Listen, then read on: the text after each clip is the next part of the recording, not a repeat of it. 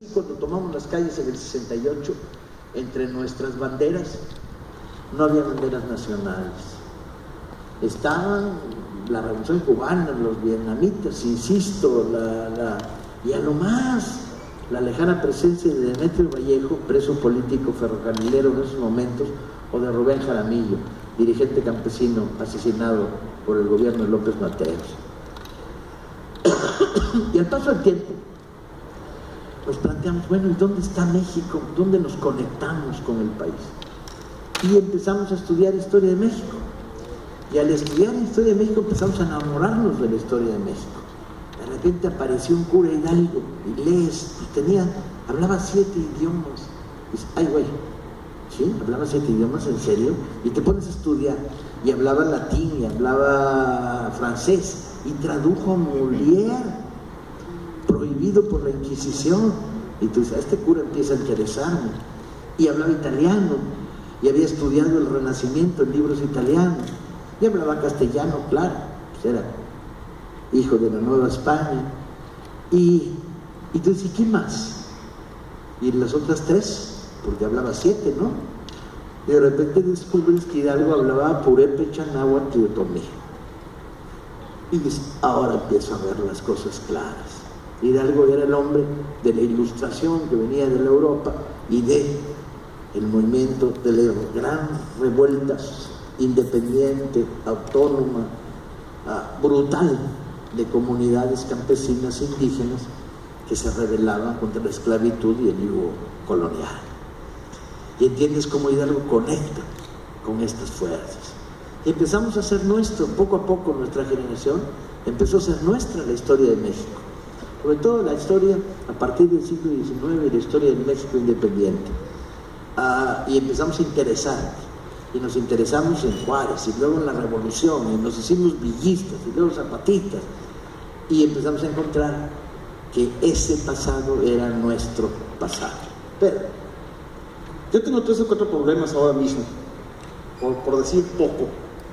El primer problema que tengo es que es la primera vez en mi vida que vengo a Acapulco y no me he metido al mar. Y lo peor del caso es que no me voy a meter mi autobús por una serie de conflictos de agenda. Llegué hoy en la mañana y me voy al rato. Y eso me tiene de muy mal humor, aunque ustedes no lo crean. Amo el mar y amo el mar de Acapulco. Y ahora por primera vez vine y lo vi desde lejos. Segundo problema, esta plática sobre historia de México como provocación para invitarlos y para decirles a los chavos de la secundaria que están allá atrás que la historia que les enseñan a sus maestros casi siempre es mala, y no por culpa de sus maestros que hacen lo que buenamente pueden y con la mejor intención, sino porque los libros que les dan y los programas que les dan a sus maestros no sirven, y sus pobres maestros hacen todo el esfuerzo por hacer las cosas bien y le hacen lo mejor posible, pero no logran enamorarlos de la historia de México. Entonces, este curso que damos Paco y yo para hacerles olvidar o para contarles la historia que enamora, que apasiona, que divierte y que permite incluso enamorar, pues no lo vamos a poder hacer porque tenemos algo así como 1 hora, y generalmente lo damos en 4 o 6 horas, y la gente no se para, no se aburre, porque Paco la cuenta muy bien. Entonces ese es el segundo problema. No vamos a poder contar la historia de México ahorita, bueno, ni tampoco en 4 horas, ni tampoco invitarlos, sino apenas decirles, lean un poco, acérquense, pregúntenos, porque tenemos en este momento como 40 minutos, ya no 1 hora. ¿Sí? Tercer problema, ¿cómo venir a Guerrero y hablar de historia? ¿Cómo venir a Guerrero y recordarles, ahorita que están todos los de la secundaria, preguntarles, ¿se acuerdan del movimiento de los copreros?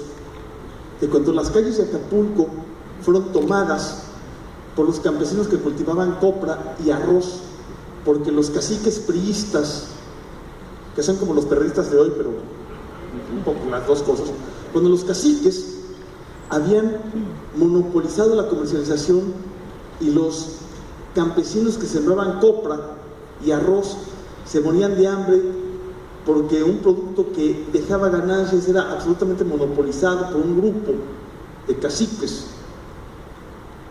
y no había forma de romperlo. Y contar la historia de los compleros de Acapulco es contar la historia de Acapulco, o contar la historia de que aquí en Acapulco estuvo, y eso se lo sabe Paco muy bien porque escribió un libro y ha hecho varios programas de televisión. Aquí en Acapulco estuvo el primer ayuntamiento socialista del país y cambió las cosas de Acapulco y la realidad de Acapulco hasta que los ricos de siempre se lo chingaron. Entonces venir a Guerrero en general y Acapulco en particular y contar las cosas, ¿cómo puedo yo contarles la vida de Guerrero? Cuando la vida de Guerrero para mí hoy no es querer salir a la playa, insisto, a mí amo el mar de Acapulco, pero para mí la vida de Acapulco hoy y la vida de Guerrero y la vida del país son 43 que nos están faltando.